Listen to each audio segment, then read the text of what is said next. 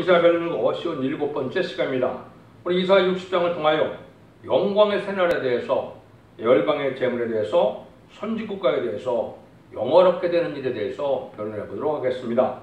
본章 59장과 같이 동방에서 영광을 두려워하는 강한 역사가 나타날 때 사명의 계례자인 세계인 사명자가 말씀 변론의 빛으로 이제 역설하여 선지국가가 이루어지고 열방의 재물이 들고 세계 통일에 평화왕국을 이룰 것을 말씀했는데요. 그것은 재림의 주를 영접할 신앙 준비를 시키는 선지국가가 되고, 선지국가가 먼저 영화로운 그런 나라가 되고, 이제는 신앙 준비를 시키는 역사로 임마진 14만 4천 명의 변화의 성도를 일으켜서 세상을 심판하고 새 시대 건설을 말씀인데요. 또한 그 사명자에게는 이제는 하나님에게 영광에 영화롭게 한다는 말씀하셨는데요. 이거는 세계 통일에 이제는 의로운 통치적인 왕권을 뜻한 겁니다. 이 놀라운 하나님의 역사가 이루어지는 데는 참으로 한국에 대한 소망이 되고 인류에 대한 또한 소망이 되는 것입니다. 이 말씀대로 될 날이 머지않아 이제 가까운 때가 왔는데, 이것이 참다운 이제 인간 종말의 하나님의 구원의 역사다. 참으로 놀라운 일들이 여기 지금 숨겨져 있는 것이다. 이렇게 볼 수가 있는 겁니다. 1절을 먼저 보겠습니다. 일어나라, 빛을 발하라. 이는 네 빛을 얻고 여호와의 영광이 네 위에 임하였음이니라. 일어나라, 빛을 발하라. 참으로 많이 소망 중에 읽기도 많이 하고 설교도 많이 하지만 이 말씀을 정확히 뜻을 알고 이 말씀이 성취되는 것을 아는 자는 심히 적은 것이다. 어찌 보면 없는 것이다. 이렇게 볼 수밖에 없거든요. 이 말씀의 빛은 무슨 빛이냐? 이제 죽장부터 시작하고 죽장부 별능천하여 이제는 재림을 영접하고 새 시대의 에덴 동안의 축복을 이제 받는 말씀의 복음의 비밀을 여기 말씀의 빛이라 그러는 것입니다. 이 빛을 행할 자는 이제 이사야 59장에서 입에 신이 임했는데, 입이 심해서 하나님의 말씀의 비밀을 깨닫게 되고, 거기에 사명의 기대자가 나서 시련과 연단 속에서 이제는 시련 가운데 인정받은 종이 하나님의 사명의 기대자가 나오게 되는데, 그 종이 말씀 변론의 권세를 가지고 심판의 드림틀을 가지고 나오는 종의 빛의 영광을 뜻한 것입니다. 이거는 1300년 만에 마지막 진리의 심판의 드림틀을 마지막으로 전하고 그 변론대로 심판하고 그 변론대로 구원의 역사가 있을 것을 말씀하신 것이다. 이렇게 보면 됩니다. 그래서 네 빛을 얻고 여호와 영광이 네 위에 임하니라. 그래서는 너라는 그 사실은 14만 4천 명을 일으킬 천구적인 종의 시대적인 사명들을 뜻했다 이 말입니다. 근데 이것이 얼마나 놀라운 일인가 했을 때는 성경적으로 살펴본다면 이거는 하나님의 역사를 뜻했지요. 이사 3장 13절에 보시면 하나님께서 일어나시는데 변론하러 일어나시고 심판하러 일어나신다 그랬거든요. 하나님이 변론하러 일어나신다 이렇게 말씀하신 거거든요. 이게 바로 그 말씀의 빛이거든요. 또 미가서 6장 2절에 보면 여호와께서 자기 백성과 변론과 재문을 하신다 이렇게 말씀하셨거든요. 이거는 최종적인 인간의 마지막 변론의 역사를 뜻한 겁니다. 그 또 말씀의 변론과 재문의 그 말씀의 빛이 바로 여기서 말하는 그 빛이 됩니다.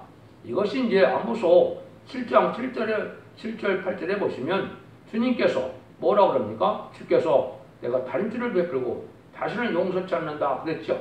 그러니까 또 주님께서 이제 단죄의 말씀을 전하고는 다시 용서 없는 심판의 역사가 진행된다 이 말이거든요. 이것이 이제 계시록적으로 보면 결국 10장 11절에 다시 예언한 자가 많은 백성과 나라와 임금에게 다시 연한다 그랬죠. 이게 바로 그 빛이고 이 말씀의 빛으로만 승리가 결정된다 이 말이거든요. 마귀 권세를 이기는 것은 완전 영감의 완전 변론의 말씀을 본문 그대로 증거하는 종에게만 마귀의 참수권이 소멸돼서 마귀를 이기는 이게 유일한 비밀이거든요. 이 역사가 나타난 것을 얘기한 것이죠. 이걸 이제 너무나 놀랍게 또 말씀한 것 중에는 이제 제가 여러 번 선지국가가 인간과 선지국가 한국이라는 말씀을 많이 했는데요. 이걸 자세히 설명한 것이 이제 예수님께서 마태복음 21장 32절 이하에 말씀하셨죠. 포도원 비유를 하셔서 포도원을 내서 농부들에게 맡겼는데 그 그 종들을 때림으로 아들을 보냈는데 아들을 포도원 밖에서 죽였다고 그랬죠. 그러니까 예수님이 그걸 자세히 설명을 했죠. 건축자의 버림돌이 모퉁이의 머릿돌이 되었다는 것을 읽지 못하느냐, 너희들은 기이하고 이상하느냐 하며 작정된 일이라는 얘기죠. 그래서 너희 나라는 빼앗기고 하나님께서 열매 맺는 다른 백성에게 주는데 그것은 이 도로에 떨어지면 가루를 맺는다 그랬죠. 이것은 이 심판의 역사가 마지막 변론의 역사로서 이 왕국권으로 하는 말세의 복음의 이 빛은 마지막 성사면의 역사의 의록으로 나타나는 것이기 때문에 대적을 하면 멸망한다 이 말이거든요. 이러한 역사가 여기에 시작된다는 것이 참 놀라운 일인데 이날이 이제 기다려서 2700년이 예언한 지가 700년 됐죠. 그 날짜가 이제 다 차서 이날이 곧 이말날이 심히 임박하다 이렇게 보시면 됩니다. 그때 이제 이 땅에는 어떤 일이 이루어지느냐 2절입니다. 보라 어둠이 땅이 덮을 것이며 캄캄함이 만민을 가리우며 오직 여호와께서 내 위에 임할 것이며 그 영광이 내 위에 나타내리라. 이때는 어떠냐 어둠이 빛을 땅을 덮는다 그랬죠. 이게 이제 문제인 거죠. 이 어둠이 뭐냐 또 한 만민을 캄캄함이 가리운다 그랬는데 이것이 무엇인가를 알아야 되겠죠. 이게 말씀에 반대되는 일이 되겠죠. 하나님의 구원의 섭리를 알지 못하는 일인데 이 시대상은 어떤 식으로 되어 있습니까?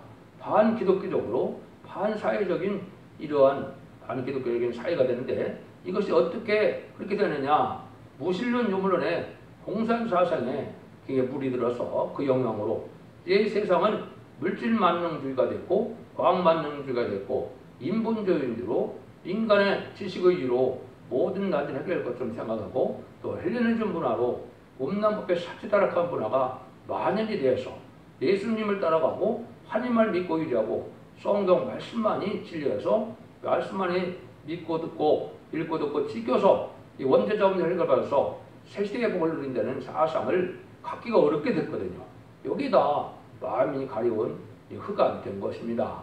오직 진리의 빛으로만 하나님의 역사를 해서 이제는 죽음이 없어지고 에덴동을 회복해서 새시대에 든다는 그 복음의 빛을 받아들이지 않는 세상이 됐는데 모든 난제나 모든 일이 인간의 수단과 방법으로 해결할 것처럼 이 세상이 되었는데 이게 바로 마귀의 영향으로 마귀를 사랑하기 때문에 된 것이죠. 세상을 사랑하기 때문에. 그래서 무신론 유물론의 공산사상을 받아들이므로 이제는 청왕말 시대가 되어서 협정주의가 되므로 흑암이 온 천하를 덮는 시대가 되어서 특별히 한국의 문재인 정권이나 지금 미국의 바이든 정부를 통하여 온 세계 흑암의 세력이 얼마나 강한 악의 세인 것을 드러내게 됐죠. 이 날들이 지금 이맘때다 이렇게 보면 됩니다. 이때 오직 여호와의 영광이 내 위에 임한다. 이것이 이제 아까 얘기했듯이 그거는 말씀의 빛으로만 하나님의 심판주의 이제 의력으로 하나님의 진노 하나님의 의력으로 이제는 이 말씀의 영광이 나타나서 이 말씀 권세에 이제는 다 굴복시킬 수밖에 없는 거고 이 말씀의 권세에 대적을 하면 멸망을 할 수밖에 없다 이 말이죠. 그래서 세계통일의 권세 역사를 가지고 나타나는 종의 역사를 뜻했다. 이렇게 보시면 성경은 정확히 본게됩니다. 이 일들이 어떻게 되느냐 3절입니다. 열방은 내 빛으로 요람은 내 빛으로는 내 광로로 나오리라. 하나님께서 인간 영혼에 구원하는 방법은 이 말씀의 빛밖에 없다 이 말입니다. 모든 일들이 이제 마귀 권세가 강해져서 다 마귀가 틈탈 수가 있고 오직 말씀의 빛으로만 말씀의 권세로만 이거를 구원받는 길을 열고 여기에 순종한 자들만이 구원을 받게 됩니다. 마치 옛날 4,500여 년 전에 노아의 방주에 타야만 구원을 받는 것으로 완전면연의 사랑의 변론의 역사가 경고로 나갈 때 이 변론을 첫대기의 역사라고 그랬는데요. 세상의 끝을 맺고 왕권을 하는 흑암을 뚫고 나가는 교회 역사를 뜻했는데 완전변론의 이 연전변론의 말씀을 전하는 첫 대기야만 이 시대에 사랑의 방주, 은혜의 방주, 구원의 방주임을 알아서 여기에 타야만 새 시대에 갈 수 있다는 사실을 여러분이 아셔야 됩니다. 그래서 모든 세상 권세가 다 무너지고 말씀의 빛으로만 와서 새로운 새 시대의 축복을 받게 된다. 이 말씀을 이렇게 이제 말씀을 하신 겁니다. 그래서 이것은 오직 하나님의 말씀의 복음의 비밀로서 이제는 하나님의 구원의 섭리를 깨닫는 자가 돼서 원죄자분들 해결받아서 새 시대에 이런 축복을 누리는 그 말세 복음의 빛을 따라와야만 그 영광을 누리게 된다. 그런데 이것이 이제 일상영수는 동방 땅 끝에 해돋는 나라에서 일어나기 때문에 이걸 동방 역사라고 그러죠. 알파 역사는 동방의 코레스가 나타나서 이제는 그 바벨론을 그 메데바사를 또 메데바사가 바벨론을 멸망시키고 이스라엘을 회복시키고 예루살렘을 복구시켰던 것처럼 인간 종말에 속화되고 부패된 세상을 이제 심판하고 진정한 이스라엘 회복은 에덴 동의 축복이다. 그 영광에 나타날 것을 이제 간단히 표현을 한 겁니다.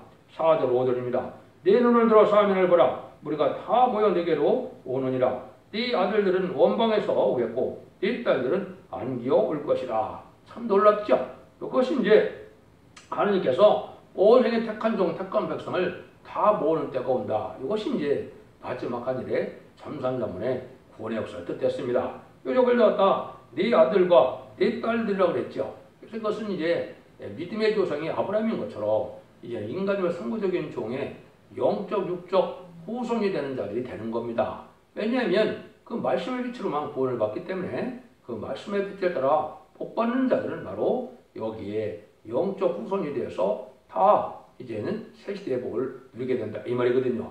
이 말씀을 오해를 하지 말으셔야 된다 이 말이거든요. 그래서 여기 네 아들들과 네 딸들이라는데 원방과 또 여기 네 딸들이라는 것은 이제 원방은 서방을 뜻했는데 서방에서 이제 남자들의 사명자가 많이 나오고 여기에 봤을 때 네 딸들은 또 안겨온다 이 말은 이제 한국에서는 여자들이 아마 많은 사명자가 나올 것을 말씀을 했죠. 한국에도 인적부터 1만 2천 명의 도통분자가 나온다 이런 말을 많이 했죠. 그 일들이 이제 여기에 말세 사명자를 뜻한 것인데 그 14,400명을 모으는 일들을 말씀한 겁니다. 여기만 그런 게 아닙니다. 이사 49장 20절에 들어보면 그들이 네 아들들을 품에 안고 네 딸들을 어깨에 메고 올 것이며 여기도 그랬거든요. 이라 49장도 선구적인 중에 역사를 통하여 이제 택함받은 종들과 택한 백성들이 구원을 받는 일이 오는데 이 일들이 이제 한국을 중심으로 역사를 일어나므로 한국에 모여들 것을 말씀하셨다. 이렇게 보시면 됩니다. 이 일들이 이제 하나님의 마지막 종말의 역사를 말씀한 건데 이것이 이루어질 때는 참으로 영광스러운 나라가 된다 이 말이죠. 6절 7절입니다. 허다한 약대 미디안과 에바의 젊은 약대가 네 가운데 표면을 것이며 수바의 사람들은 다 금과 유황을 가지고 와서 여호와의 찬송을 전파할 것이며 제 계달의 양무리는 네개로 다 모여지고 느바웃의 수량은 네게 공급되고 내단에 올라 이제는 가까이 받음이 되리니 내가 내 영광의 집을 영원하게 하리라.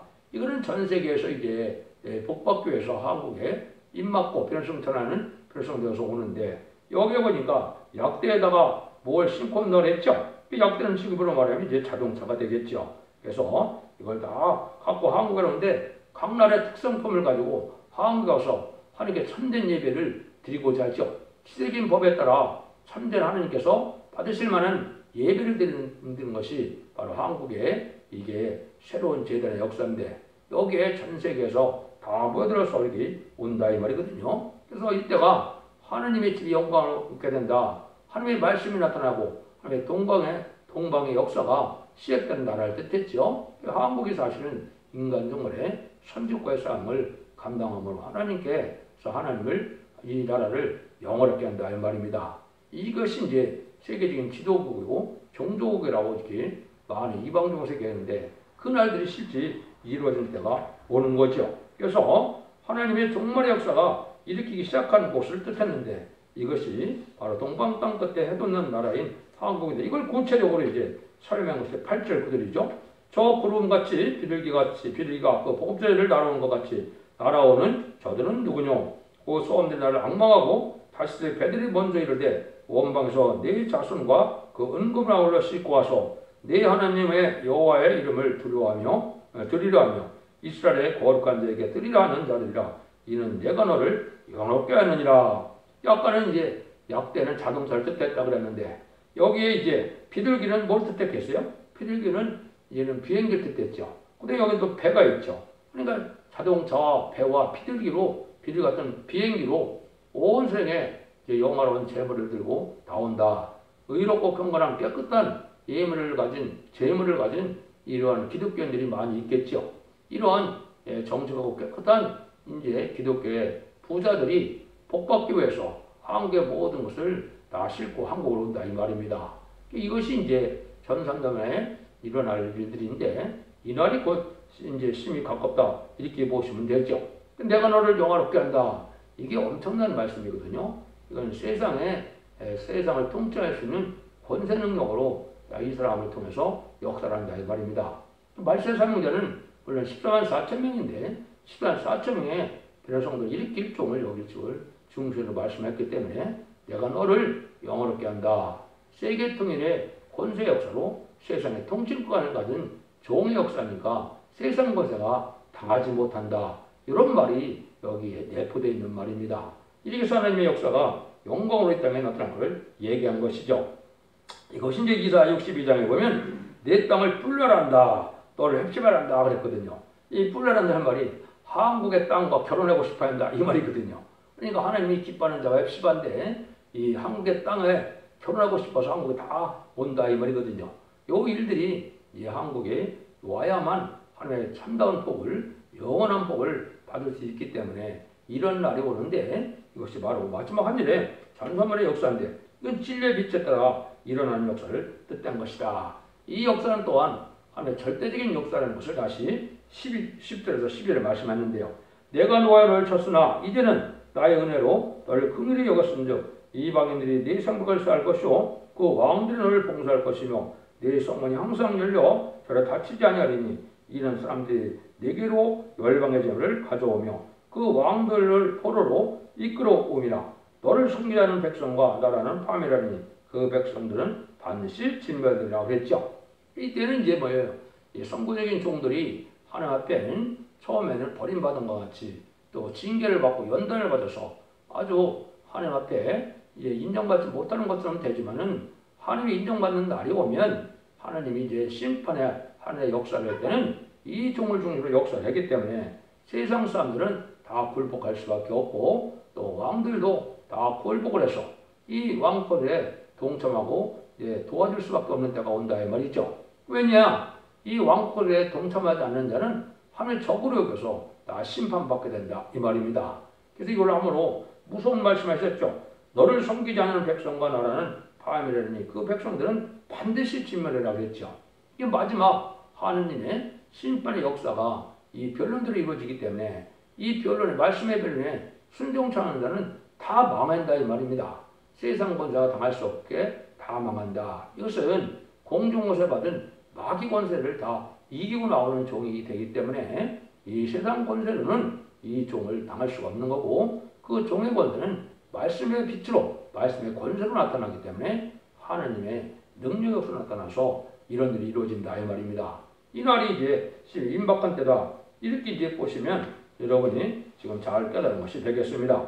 이런 일들을 다시 13절 14절에 레바논의 영광 곧 잣나무와 소나무와 화강목이 함께 내게 이르러 내 거룩한 곳을 아름답게 할 것이며 내가 나의 발둘 곳을 영화롭게 할 것이라.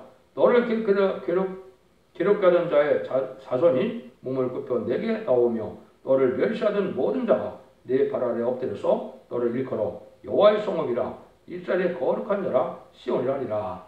옛날에는 이제 북서지방에 예루살렘에 예수님이 나타났지만 인간 동물의 하나님의 동방 역사는 동방 땅끝인 한국에 나타나서 한국을 중심으로 역사를 할 것을 여기 말씀해서 내가 나의 발길 곳을 영화롭게 한다 그랬죠. 그러니까 진정 선지고가 여기가 되고 육적 이스라엘 백성들도 이제 회개를 하게 됩니다.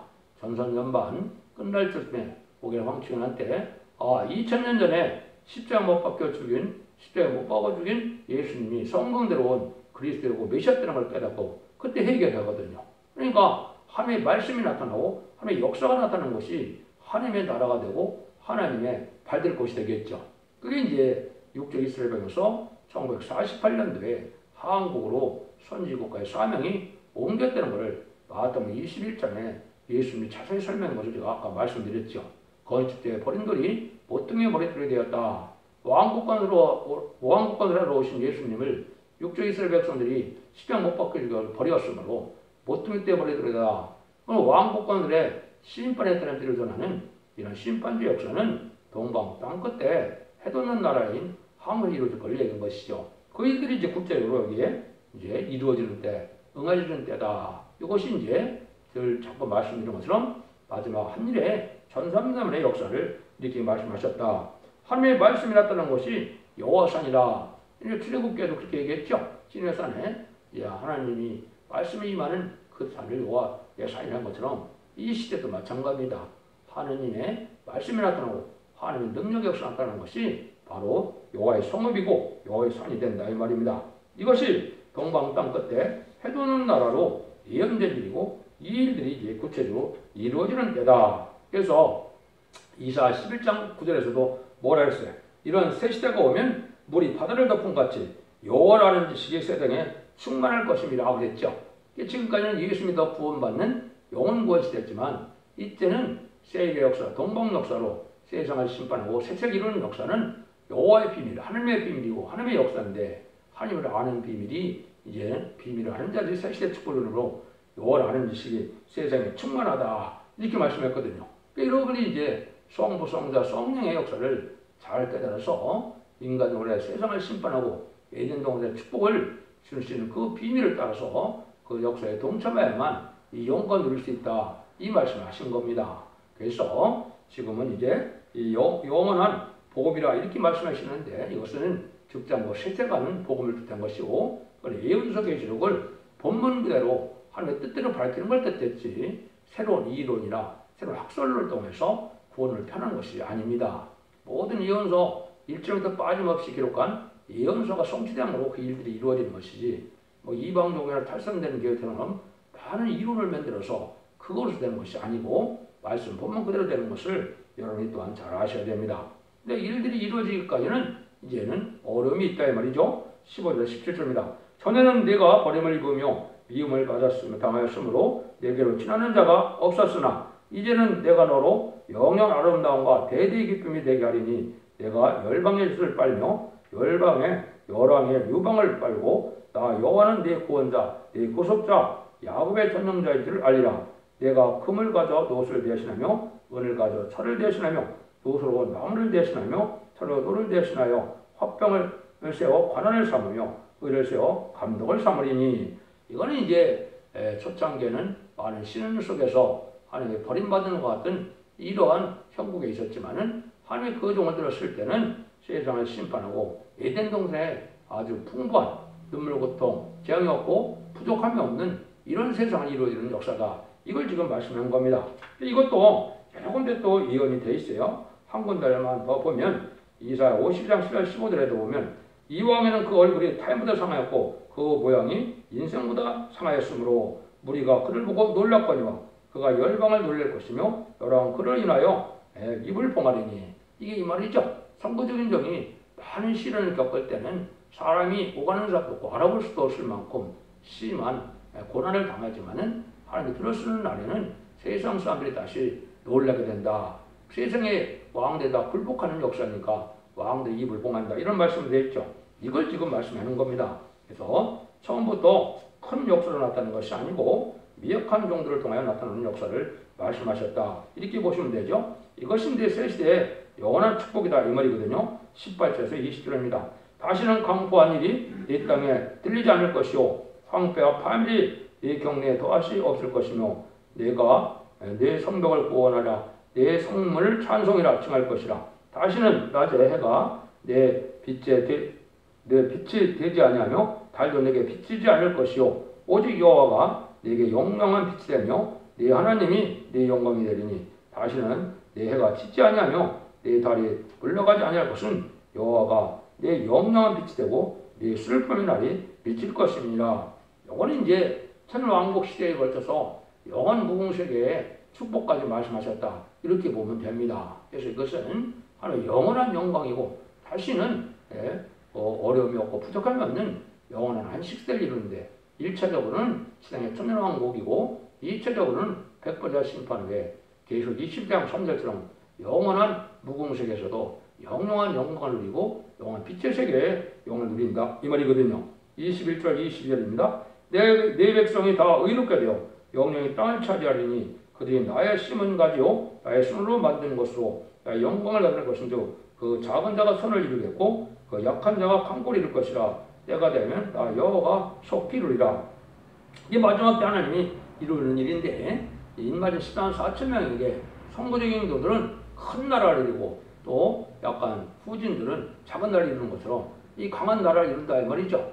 이게 왕을 이루기 때문에 왕이 되는 자들이 이제 이 세상을 이제 땅을 나누어 통치하는 시대가 오고 무공세에 가서도 각각 보석 도성을 하나씩 차지해서 한 나라를 이루는 역사가 있다 이 말이거든요. 그래서 예루살렘 성이 천국 하나만 있는 것이 아니거든요. 그런 보석 도성이 여러 개 있는데 그 영광 누릴 종들이 바로 왕권의 사명자들이다. 이걸 또 말씀하시다. 이것이 이제 21장과 20장에 보면 그 내용을 알 수 있습니다. 이런 일들을 통해서 하나님을 이제 이렇게 마지막으로 영원롭게 하는 일이 벌어지는데 이 땅을 영원롭게 하고 또 하나님의 종들을 영원롭게 하고 그래서 하나님은 그걸 영광으로 여기시고 또 하나님은 그 영광을 여기는 자들에게 그 영광을 이루는 자들에게 또 영광을 줘서 세세 왕권의 축복으로 새 시대에 영원한 축복을 주신다. 이게 하나님의 말씀입니다. 이게 이 시대의 참된 기독교의 소망이 되는 것이거든요. 이 날들이 이제 곧 시작될 날이 임박하였고 전삼년이 시작되면 전삼년에 구원의 역사가 다 끝나기 때문에 여러분들은 이 길을 잘 순종해서 이 시대의 방주인 첫대교의 완전멸의 역사에 순종하는 일이 있어야 원죄 자본자를 걸러서 자손 만대원한 축복을 누릴 수 있는 복된 공들이 될 수 있는 것입니다. 여러분들이 진리앞에 순종하고 이인의 법을 지켜서 자손 만대 축복을 누리는 복된 종들과 성도님들이 다 되시기를 예수님으로 간절히 축원드립니다. 아멘.